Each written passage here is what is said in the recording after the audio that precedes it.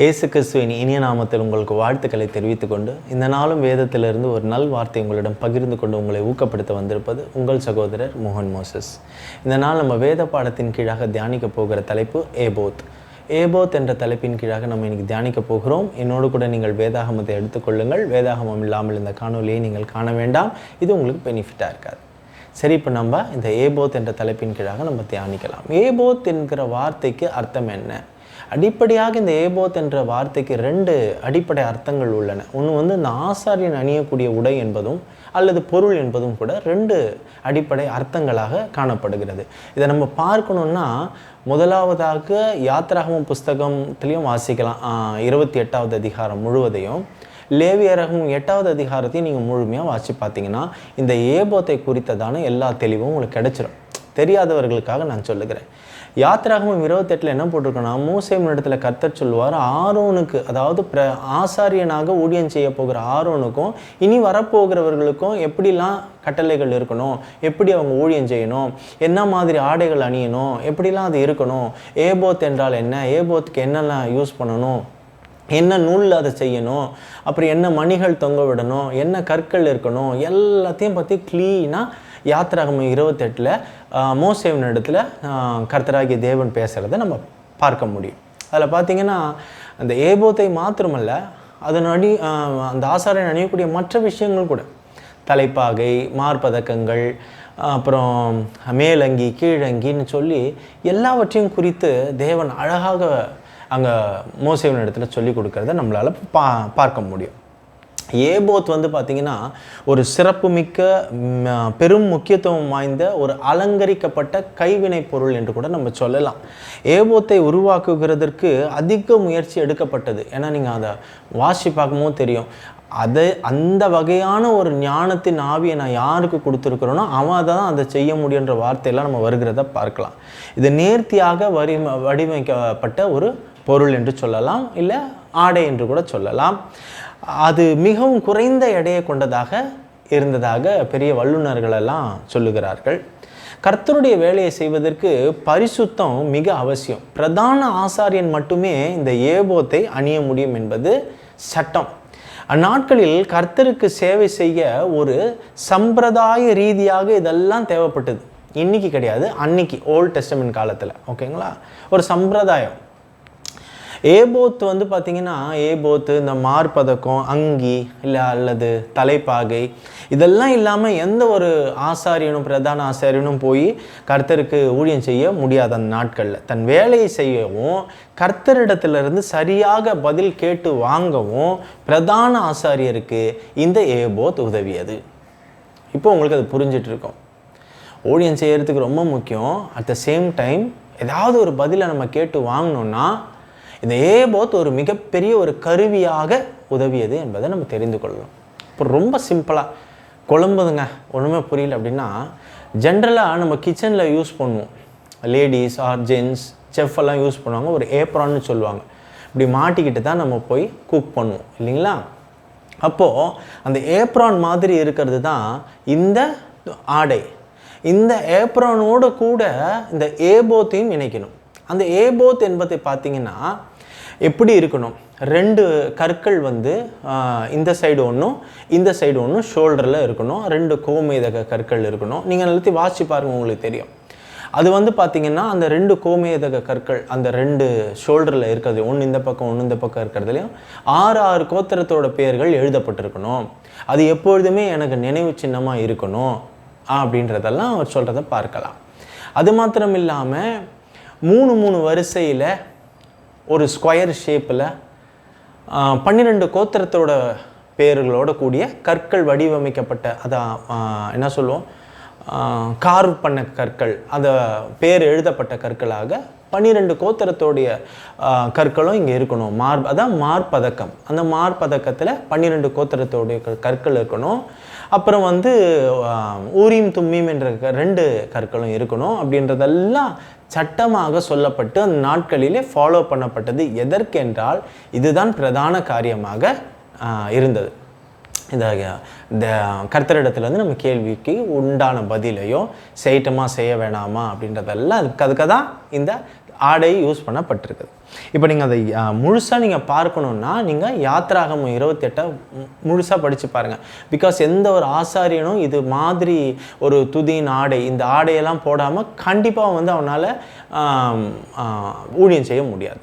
இப்போ 1 சாமுவேல் 2:18 வாசிங்கன்னா பாருங்கள், சாமுவேல் என்னும் பிள்ளையாண்டான் சணலூல் ஏபோத்தை தரித்தவனாய் கர்த்தருக்கு முன்பாக பணிவிடை செய்தான்னு இருக்குது. சின்ன குழந்தையான சாமுவேல் பாருங்கள், ஒரு சணலுடைய ஏபோத்தை தரித்து தான் கர்த்தருக்கு ஊழியம் செய்யணுன்றதை நம்மளால் வாசிக்க முடிகிறது. அதுக்கு அடுத்து நம்ம டெல்லியை ரொம்ப டீட்டெயில்டாக அதை வாசிக்கணும்னா, எப்படி 28 கர்த்தர் சொன்னாரோ சொன்னதை பிரகாரமாக மோசே ஆரோனுக்கு செய்கிறத லேவியராகமும் 8வது அதிகாரத்தில் நம்ம வாசிக்க முடியும். கர்த்தர் அவனுக்கு கட்டளையிட்டபடியே மோசே செய்தான் என்று ஆரம்பிக்கும். அதில் பார்த்தீங்கன்னா 8வது யாத்ராகமும் லேவியராகமும் 8வது அதிகாரம் 8வது வசனத்தில் பார்த்தீங்கன்னா, அவனுக்கு மார்பதக்கத்தை அணிவித்து மார்பதக்கத்திலே ஊரீம் தும்மீம் என்பவைகளை வைத்து அப்படின்ற ஒரு வார்த்தை வரும். ஆனால் ரொம்ப ஷார்ட்டாக உங்களுக்கு புரியணுன்றதுக்காக சொல்லிட்டு போகிறேன். நீங்கள் எல்லாத்தையும் முழுசாக வாசிச்சு பாருங்கள். அது எதுக்குன்னு பார்த்தீங்கன்னா, கர்த்தருடன் தொடர்பு கொள்வதற்கு இந்த ஏபோத் என்ற ஒரு பரிசுத்தமுள்ள ஒரு ஆடையினோட கூட சேர்ந்த இந்த பொருள் தேவைப்படுகிறதுன்னு சொன்னேன் இல்லைங்களா.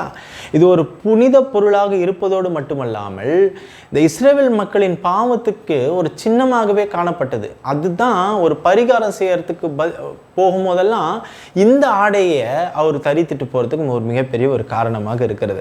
கர்த்தர் மோசேவுடன் ஏபோத்தின் மீதுள்ள அந்த 2 கற்கள் உண்மையில் பார்த்தீங்கன்னா இஸ்ரவேல் புத்திரருக்கான அந்த நினைவு கற்கள். நான் ஆல்ரெடி சொன்னல 2 ஷோல்டரில் 2 கோமேதக கற்கள் என்றும், ஆரோன் கர்த்தருக்கு முன்பாக நினைவு சின்னமாக தன் தோள்களில் பெயர்களை தாங்க வேண்டும் என்று கூறுகிறதெல்லாம் தான் நம்ம அந்த யாத்ராகம புஸ்தகத்தில் பார்க்க முடியும்.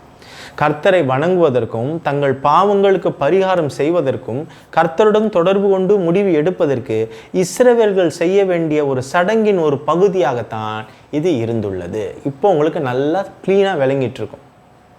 பாருங்க, எப்படி இந்த ஏபோத்தை பயன்படுத்தி கர்த்தரிடம் பேசினாங்க, உத்தரவு வாங்கினாங்க அப்படின்றதுக்கு 2-3 வசனங்களை நான் வைத்திருக்கிறேன். பாருங்க, 1 சாமுவேல் 23வது அதிகாரம் 9வது வசனம்.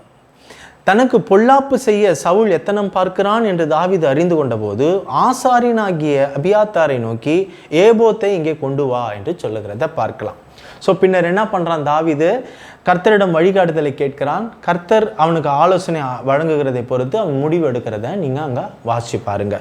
2வது சம்பவம் 1 சாமுவேல் 30வது அதிகாரம் 7வது வசனம். தாவீது அமிலேக்கின் குமாரனாகிய அபியாத்தார் என்னும் ஆசாரியனை நோக்கி ஏபோத்தை என்னிடத்தில் கொண்டு வா என்றான். அபியாத்தார் ஏபோத்தை தாவீதினிடத்தில் கொண்டு வந்தான். இப்போ அங்கேயும் திருப்பி தாவீது பார்த்தீங்கன்னா இந்த ஏபோத்தை பயன்படுத்தி கர்த்தரிடத்திலிருந்து பதில் வாங்குகிறதையும் அந்த ஆலோசனையை கேட்டு அவன் நடக்கிறதையும் நீங்கள் அங்கே பார்க்க முடியும். இப்போ இது எப்படி பிரதர் அப்படின்னு தான் நம்மளுக்கு ஒரு சின்ன கன்ஃபியூஷன் இருக்கும். அதுக்கு இந்த ஊரீம் தும்மீம் என்ற கற்களை பயன்படுத்தினதாக கூறப்படுகிறது. இது எப்படின்னு பார்த்தீங்கன்னா, இந்த ஏபோத்து, அதாவது ஸ்காலர்ஸ் வந்து என்ன சொல்கிறாங்க, இந்த ஊரீம் தும்மீம் என்பது ஒரு எபிரேய வார்த்தை. இந்த எபிரேய வார்த்தையை ஒண்டி பாருங்கள், எந்த ரீஜனல் லாங்குவேஜஸில் இவங்க டிரான்ஸ்லேட் பண்ணியிருந்தாலும் பைபிளை, ஆங்கிலத்திலையோ தமிழ்லையோ எதில் அவங்க டிரான்ஸ்லேட் பண்ணியிருந்தாலும் மற்ற வார்த்தைகள் எல்லாம் அந்த லாங்குவேஜில் வந்தாலும் இந்த ஊரீம் தும்மீம் என்பதே அப்படியே எபிரேய வார்த்தையில் வந்திருக்கு. அப்போ இந்த எபிரேய வார்த்தைக்கு என்ன அர்த்தம்னு பார்த்தீங்கன்னா, ஒன்று லைட் என்கிறதும் இன்னொன்று பர்ஃபெக்ஷன் என்கிறதுமாக ஆங்கிலத்தில் பொருள்படுகிறது. அதாவது ஒளி என்றும் ஒன்று பரிபூர்ணம் என்றும் சொல்லப்படுகிறது. இப்போது இந்த ஊரீம் என்பது ஒரு கல், இந்த தும்மீம் என்பது ஒரு கல். இது ரெண்டுமே 2 வகையான ஒரு கற்கள், ரெண்டுமே ஒரே சைஸில் இருக்கக்கூடிய கற்கள் என்று சொல்லப்படுகிறது. மிகப்பெரிய வல்லுநர்களெல்லாம் இதைத்தான் சொல்லி வைத்திருக்கிறார்கள். 2 கற்கள் இருக்குமா, ஊரீம் தும்மீம் என்று ஒரே ஷேப்பில் இருக்குமா, ஆனால் டிஃப்ரெண்ட் கலர்ஸில் இருக்குமா. இப்போது இந்த ஏபோத் என்கிற இந்த பை இங்கே மாட்டி இருக்கு இல்லைங்களா, அந்த கற்களோட கூட அந்த பைக்குள்ளாக இந்த கற்களும் இருக்குமா. இப்போ கர்த்தரிடத்திலிருந்து எதையாவது ஒரு உத்தரவை பெற வேண்டும் என்பது போல் அவங்க ஜெபித்து அதில் இருந்து ஒரு கல்லை எடுக்கும் போது அவங்களுக்கு எந்த கல்லுன்னு அவங்களுக்கு தெரியாது. பிகாஸ் ரெண்டுமே ஒரே ஷேப்பில் இருக்கிறதால வெளியில் எடுத்தபோது தான் தெரியும் ஒன்று ஆமா இல்லை இல்லையான்னு தெரியும். இந்த ஊரீம் தும்மீம் என்பது ஒன்று ஆம் என்றும் ஒன்று இல்லை என்றும் இருக்கும் என்று அர்த்தம். ஓகேங்களா. சிலர் என்ன சொல்கிறாங்க, இந்த 2 கற்களையும் கையில் எடுத்து கொண்டு வைத்து ஜெபிப்பார்கள் என்று. அதில் பார்த்தீங்கன்னா கர்த்தருடைய ஒளி எந்த கற்களின் மீது பிரகாசிக்கிறதோ அதன்படி அவங்க முடிவு எடுப்பாங்கன்னு சொல்லப்படுகிறது. ஆனாலும் இந்த ஊரீம் தும்மீம் என்ற கற்களின் மூலமாக ஆசாரியர்கள் அந்த நாட்களிலே இந்த ஏபோத்துடைய அணிந்து கொண்டு தான் இதை கர்த்தரிடத்தில் பேச முடியும், விடையை பெற்று கொடுக்க முடியும். ஓகேவா? இது நல்லா புரிஞ்சுக்கோங்க. என்னாகமம் 27-21 வசனத்தை இதற்கு சான்றாக நான் உங்களுக்கு சொல்ல விரும்புகிறேன். அவன் ஆசாரியனாகிய எலியாசாருக்கு முன்பாக நிற்க கடவன். அவன் நிமித்தம் அந்த ஆசாரியன் கர்த்தருடைய சன்னிதானத்தில் வந்து ஊரீம் என்னும் நியாயத்தினாலே ஆலோசனை கேட்க கடவன்.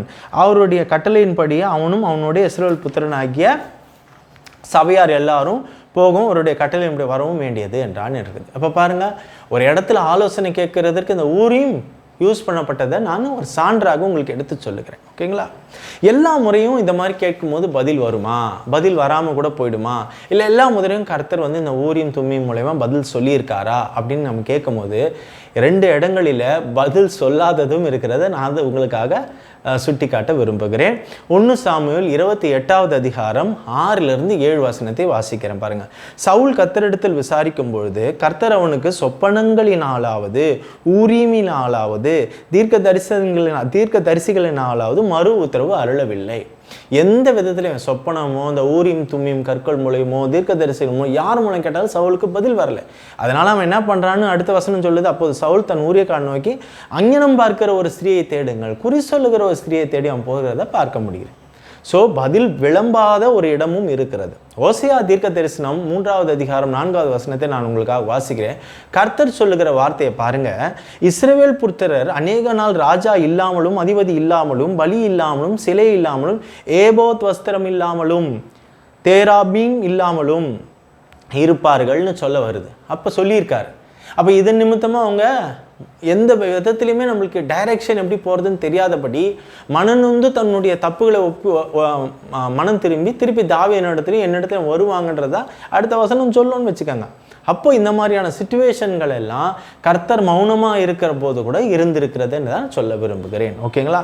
இது ஒரு டைரக்ஷனுக்காக இந்த கருவியாக இந்த ஏபோத் ஊரீம் தும்மீம் எல்லாம் யூஸ் பண்ணப்பட்டிருக்கு. கர்த்தருடன் தொடர்பு கொள்வதற்காக வழி இல்லாமல் அந்த நாட்களில் அவங்க தனியாக தனிமைப்படுத்தப்பட்ட உதவி இல்லாமல் இருந்தார்கள் என்பதை இந்த வசனத்தின் மூலமா நம்ம ஈஸியாக தெரிஞ்சு கொள்ள முடிகிறது. பழைய ஏற்பாட்டில் பார்த்தீங்கன்னா தாவீதின் காலத்திற்கு அப்புறமா இந்த ஏபோத்தை பயன்படுத்தியதாக வேதாகமத்தில் எங்கேயும் தெரியல. கர்த்தர் தீர்க்கதரிசனத்தில் பெரும்பாலும் பேச ஆரம்பிச்சிட்டார். அதுக்கு முன்னாடி சொப்பனங்கள், அப்புறமா ஊரீம் தும்மீம் இந்த மாதிரிலாம் இருந்ததுக்கு அதுக்கப்புறம் தாவீதோட காலத்துக்கு அப்புறம் டைரெக்டாக தீர்க்கதரிசிகளோட பேச ஆரம்பிச்சிட்டாரு. இஸ்ரவேல் மக்கள் பொதுவான ஒரு அளவு பரிசுத்தம் இல்லை என்பதனாலும் கர்த்தருடைய கோபத்திற்கு ஆளாக இதனால் நம்ம நேரிடும் என்று அவர்களுடைய நம்பிக்கை இருந்ததால் என்ன பண்ணாங்க, கர்த்தர் பொதுவாகவே என்ன பண்ணுறாரு, தீர்க்கதரிசிகள் மூலமாகவே பேச ஆரம்பிச்சிடுறாரு. அவங்க மூலயமா மட்டுமே பேசுறதுக்கான ஒரு வாய்ப்பெல்லாம் ஏற்படுத்தி போகிறத பார்க்கலாம். ஆகவே அவர்கள் கர்த்தருடைய சித்தத்தை அறிய விரும்பிய போது அவர்கள் ஒரு ஆசாரியனையோ அல்லது தீர்க்கதரிசியோ கலந்து ஆலோசித்தார்கள். அவர்கள் சார்பாக அந்த ஆசாரியன் என்ன பண்ணுவான், அவங்க சார்பாக கர்த்தரிடத்தில் பேசி பதில் பெற்று தருவான். இதுதான் அந்நாட்களில் நடந்திருக்கு. அதுதான் இதுக்கான சாட்சியும் கூட. ஆனால் இன்னைக்கு நம்முடைய பாவங்களுக்கு பரிகாரம் செய்ய பலிபீடத்தில் ஆட்டுக்குட்டிகளை பலியிட வேண்டிய அவசியம் இல்லை. ஹல்லேலூயா சொல்லுங்க, ஹல்லேலூயா. அந்த அவசியம் இல்லாதது போல கர்த்தருடன் பேசுவதற்கு நமக்கும் ஒரு ஏபோ தேவை இல்லை. ஹல்லேலூயா, ஹல்லேலூயா, ஆமென். தேவன் தம்முடைய சொந்த குமாரனாகிய இயேசுவை நம்முடைய இரட்சகராகவும் அவரே வழியும் சத்தியும் ஜீவனுமாகவும் நமக்கு அனுப்பினார் என்பதை யோவான் 14:6 நம்ம வாசிக்கிறோம். இனிமேல் நம்மளுக்கு எதுக்குங்க ஒரு ஏபோத், இனிமேல் நம்மளுக்கு எதுக்குங்க ஒரு ஆசாரியன் நின்று இதை செய்து காட்டுறதுக்கெலாம் ஒரு வேலையும் கிடையாது. ஹல்லேலூயா. நமக்கும் பிதாவிற்கும் இடையே இருந்த தடையை குமாரனாகிய இயேசு கிறிஸ்து நீக்கினார். ஹல்லேலூயா. நாம் பிதாவை அணுகும்போது அல்லது நம்மை கேட்க முடியாது என்று நம்மளுடைய ஜெபத்தை அவர் கேட்க முடியாதுன்னு நம்ம நினைக்கும் பொழுது அவருடைய கோபத்துக்கு நாம் இனி பயப்பட வேண்டிய தேவையில்லைங்க. எபிரேயருக்கு எழுதின நிருபம் 4வது அதிகாரம் 16வது வசனம் இப்படியாய் சொல்லுகிறது, ஆதலால் நாம் இரக்கத்தை பெறவும் ஏற்ற சமயத்தில் சகாயம் செய்யும் கிருபையை அடையும் தைரியமாய் கிருபா கிருபாசன தண்டையில் சேர கடவோம் என்று சொல்லப்பட்டிருக்கிறது. அல்லேலூயா. இனி எந்த விதமான தயக்கமும் நமக்கு இல்லைங்க. அல்லேலூயா, அல்லேலூயா. மேலும் 1 யோவான் 5:14 சொல்லப்பட்டிருக்கிறபடி பாருங்க, நாம் எதையாகிலும் அவருடைய சித்தத்தின்படி கேட்டால் அவர் நமக்கு செவி கொடுக்கிறார் என்பதை, அவரை பற்றி நாம் கொண்டிருக்கிற தைரியம், பிதாவை அணுகுவதில் இருக்கும் நமக்கு தைரியம், நம்பிக்கை, இதுதாங்க ஏபோத் இல்லை. அவரோட சித்தத்தின்படி நிச்சயமா செவி கொடுப்பார் என்ற ஒரு நம்பிக்கை இருக்கு பாருங்க, அந்த தைரியம் இருக்கு பாருங்க. அது நம்ம பிதாவின் இடத்துல இன்னும் கிட்டி சேர்க்க ஒரு நம்பிக்கையாக இருக்கிறது. இன்று நமக்கு வேறு ஒரு பிரதான ஆசாரியன் தேவை இல்லை. இயேசுவே நம்முடைய மகா பிரதான ஆசாரியர். அல்லேலூயா. அவருக்கு இந்த ஊரீம் தும்மீம் இதெல்லாம் அந்த மகா பெரிய ஆசாரியனுக்கு தேவையில்லை. ஏன்னா அவரே ஊரீம் தும்மீம் என்னும் எபிரேய வார்த்தை சொல்லுக்கு அழகாக பொருந்தக்கூடியவராக இருக்கிறார். எப்படின்னு கேட்குறீங்களா? இந்த ஊரீம் தும்மீமுக்கு நம்ம எபிரேய வார்த்தையில் என்ன அர்த்தம் சொன்னோம்? லைட், ஒளி, இன்னொன்று பர்ஃபெக்ஷன் அப்படின்னு சொன்னோம். அப்போது நம்ம உண்மையாகவே இயேசு கிறிஸ்துவை அடையாளப்படுத்துகிற வசனங்கள் என்ன சொல்லுகிறது? யோவான் 8:12 நான் உலகத்துக்கு ஒளியாக இருக்கிறேன் என்று சொல்லுகிறார். யோவான் 10:10 என்ன சொல்லுகிறது? நானே அவைகளுக்கு ஜீவன் உண்டாயிருக்கவும் அது பரிபூர்ணப்படவும் வந்தேன் என்று சொல்லுகிறார். அப்போ இவர் தான் அந்த பரிபூர்ணர் என்பதையும் அடையாளப்படுத்துகிறது. அப்போ இந்த மகா பிரதான ஆசாரியனுக்கு இனி ஒரு ஊரீம் தும்மீம் எல்லாம் தேவைப்படாது எதையும் கேட்கிறதுக்கு. இவரே நமக்கு நடுவால இருக்கிறார். இவரே அந்த திறப்பின் வாசல்ல நிற்கிறவராக இருக்கிறார். இந்த ஆட்டுக்குட்டியானோட ரத்தம் நமக்கு போதுமானவராக, இந்த மீட்பர் நமக்கு போதுமானவராக இருக்கிறார். எந்த மகா பிரதான ஆசாரி நீ நம்மளுக்கு தேவையில்லை, எந்த பலியும் தேவையில்லை. அல்லேலூயா. எனவே இந்த பரிபூர்ணப்படுத்த வந்த இந்த இயேசுவை நாம் ஏற்றுக்கொள்வோம். அதை தான் நான் சொல்ல வருகிறேன். எனக்கு அருமையான கிறிஸ்துவுக்குள் பிரியமான சகோதர சகோதரிகளே, ரட்சிக்கப்படாமல் நீங்கள் இந்த காணொலியை பார்க்குறவங்களா இருந்தால் நிச்சயமாகவே நீங்கள் ஆண்டவரை ஏற்றுக்கொள்ளுங்க. ஆண்டவரை ஏற்றுக்கொண்டு நீங்கள் உங்கள் குடும்பம் எல்லாருமே பாருங்கள் கர்த்தருடைய நன்மைகளை ருசிக்கக்கூடியவங்களாம் மாறிடுவீங்க. அவருடைய ஆசீர்வாதத்துக்குள்ளாக நீங்கள் வந்ததுக்கப்புறம் நல்ல மாற்றங்கள் உங்களுக்கு தெரிய வரும். நீங்கள் எல்லா பாவத்திலிருந்து விடுதலை ஆகி நீங்கள் ஒரு நல்ல மேன்மையான வாழ்க்கை வாழ முடியும். அப்போது நமக்கு யார் தேவை? இரட்சகராக இயேசு கிறிஸ்து தேவை. சரி, இன்றைக்கு இந்த ஏபோத் என்ற தலைப்பின் கீழாக நம்ம இன்றைக்கி ஒரு சின்ன தியானம் பண்ணியிருக்கிறோம்.